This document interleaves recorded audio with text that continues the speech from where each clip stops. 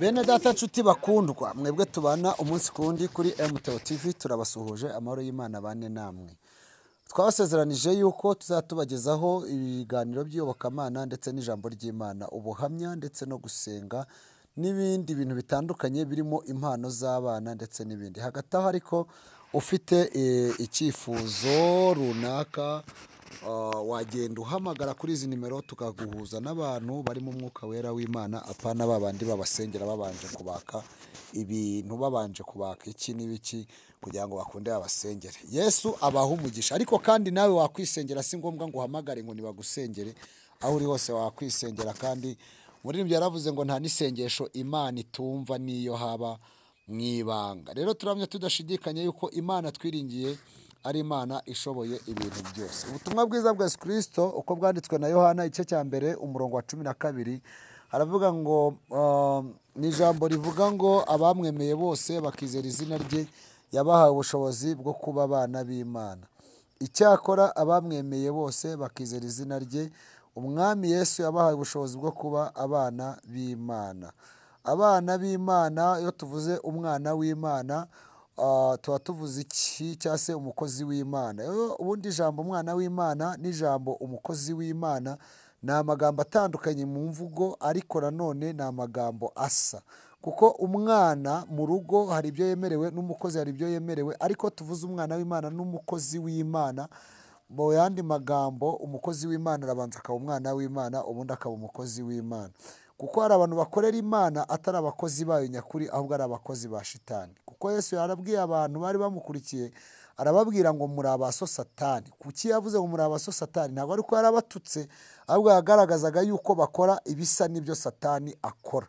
Rero abibabwira muri ubwo buryo, arababwira ngo muri abaso Satani. Bivuze ngo iyo umuntu akora iby'Imana imushakaho, ise aba ari Imana, cyangwa se aba ari Kristo. Ariko umuntu akora ibyo Satani ashaka, se aba ari Satani.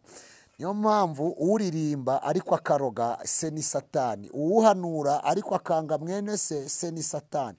Uririmba agakora ibikorwa bimutandukanye n'Imana, uwo nguwo se ni Satani. Imana itugirire neza. Ni muri ubwo buryo rero turi kumwe n'umukozi w'Imana Chantal, ni wa wundi n'ubundi twababwiye ubana n'ubumuga bwo kutabona, ufite ubumuga bwo kutabona. Ntabwo abana nabwo, ahubwo afite ubumuga bwo kutabona. Uyu munsi wa none yatugeneye ijambo ry'umunsi yifuza kutugeraho. Ni karibu Chantal. Ijambo numva rikomye ku mutima wanjye ni ijambo riri muri Zaburi 91, rivuga ngo uba mu bwihisho bw'Isumba byose azaguma mu gicucu cy'Ishobora byose. Ndabwira Uwiteka nti uri ubuhungiro bwanjye, bunkingira. Amen. Igihome cyanjye kinkingira. Amen. Rero ndagira ngo mvuge kuri iri jambo. Umuntu uba mu bwisho bw'Uwiteka nta kintu kibasha kumunyeganyeza. Umuntu uba mu bwihisho bw'Uwiteka niyo ibintu bije biraza bikamusiga ahagaze. Amen. Haleluya. Umuntu uba mu bwihisho bw'Uwiteka naho amarembo y'ikuzimu yazikuka, azakomeza abe mu bwihisho bw'Uwiteka. Umuntu uba mu bwihisho bw'Uwiteka naho umuriro wakwaka, ariko azakomeza abe mu bwihisho bw'Uwiteka Imana yacu. Haleluya. Amen. Ndagira ngo mvuge ngo Uwiteka ari kumwe nawe, uri mu bwihisho bwe ntacyo ushobora kuba. Nanjye ubwanjye Chantal, iyo ntaba mu bwihisho bw'Uwiteka Imana simba nkiriho. Kuko umuririmbyi yararimbye ngo ahawe ntihaba hakibuka. Nuko Imana yagize gute? Yahakubereye. Kuba hambera nuko narindi mu bwihisho bw'Uwiteka. Jambo rikongera rikavuga ngo abari mu mababa y'Uwiteka Imana naho isi yahinduka, ariko twebweho turashinganye. Imana ishimwe. Umubiri waraduhindutse, ariko turashinganye. Ababyeyi baduhinduka, ariko turashinganye. Abavandimwe baduhinduka ntibatugereho, ariko Uwiteka Imana ari kumwe natwe. Imana ishimwe. Kandi Imana ihimbazwe. haleluya, amen. uba mu bwihisho bwisumba byose azaguma mu gicucu cy'isobora byose. Amen. Ndabwira abamama bagume mu gicucu cy'ishobora byose. Ndabwira abapapa bagume mu gicucu cy'ishobora byose. Ndabwira abari kure n'abari hafi yuko uba mu bwisho bw'ishobora byose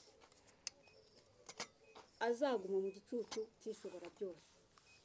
Kandi Imana yivuze ntabwo yivuguruza. Ijambo rikambwira ngo yitwa ntihemuka. Iyo Imana avuganye n'umwana w'umuntu ntabwo ifasha kumuhemukira. Iyo Imana avuganye n'umuntu ntabwo ibasha kumutererana. Iyo ivuze ngo nza izabana nza, irinda ijambo ryayo, inyuguti ivuga ngo nza iraririnda kugeza ku mperuka y'isi. Imana ishimwe. Amen. Imana ishimwe. Amina. Kuba ndiho, kuba uriho, kuba muze hariho, kuba umutwara ariho, ni uko turi mu gicucu cy'ishobora byose. Kuba ndi kuvuga aya magambo igihe nari mbundikiriwe n'urupfu, ariko hejuru y'urupfu hari Imana igira gute ishobora byose. Ndi Imana ishobora byose, nzakuzahura. Yego. Imana iranzahura. Yego. Ubu ndi umuzahuke. Ubu ngubu aka kabiri aka kanyama nako Imana yongeyeho muri uyu mwaka. Haleluya.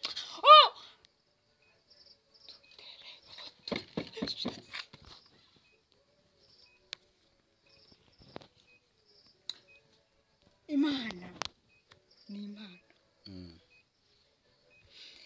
Imana ni umukozi w'umuhanga we. Imana ni umukozi w'umuhanga. Kuba ameze gutya ndabikesha Uwiteka Imana. Naragiye nduma muri ubu burwayi, nduma ku buryo wagira gutya umwambi ugatwika nkahita nta kanyama ntacyo. Ariko ndashimira Uwiteka ko yambundikiye munsi y'amababa yayo. Haba ndi kuvuga gukomera kw'Imana yayo. Mirambi hari indirimbo yambagamo ndyamye ahangaha.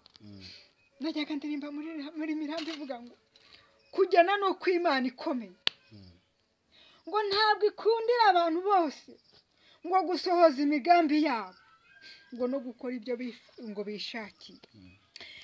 Ijambo rikavuga ngo kwifuza kw'imitima yabo ngo ni kubi cyane bikabije, ngo bagambira iby'ubugome, ngo bagambira iby'urugomo, ngo basohoze iby'ubugome.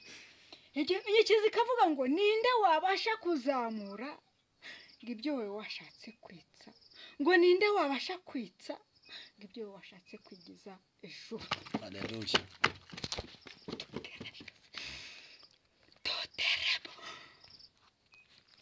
Imana yo mu ijuru nta wabasha kuzamura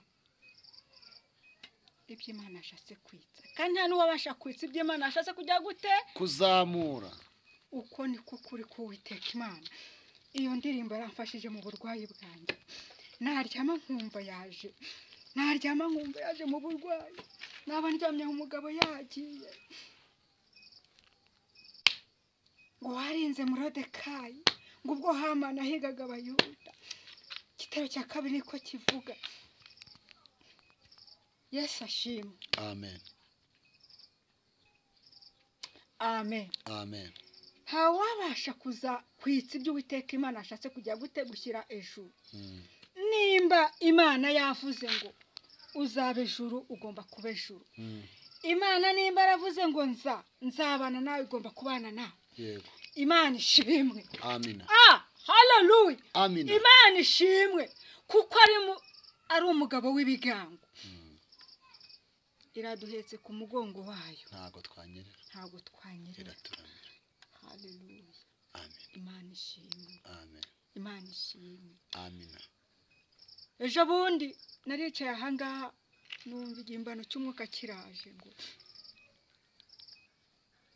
intambara zitabayeho wavuga iki, wavuga ko warwanye uruhe rugamba. Numva igihimbano cy'umwuka kiraje, ndavuga ngo ariko se Mana ibi ni ibiki? Numva umwuka wera ati subiramo, ndagisubiramo. Ariko Imana yaduhaye ijambo ryo kuvuga. Imana ishimwe. Amen. Abera b'Imana. Amen. Nibagume mu gicucu cy'ishobora byose.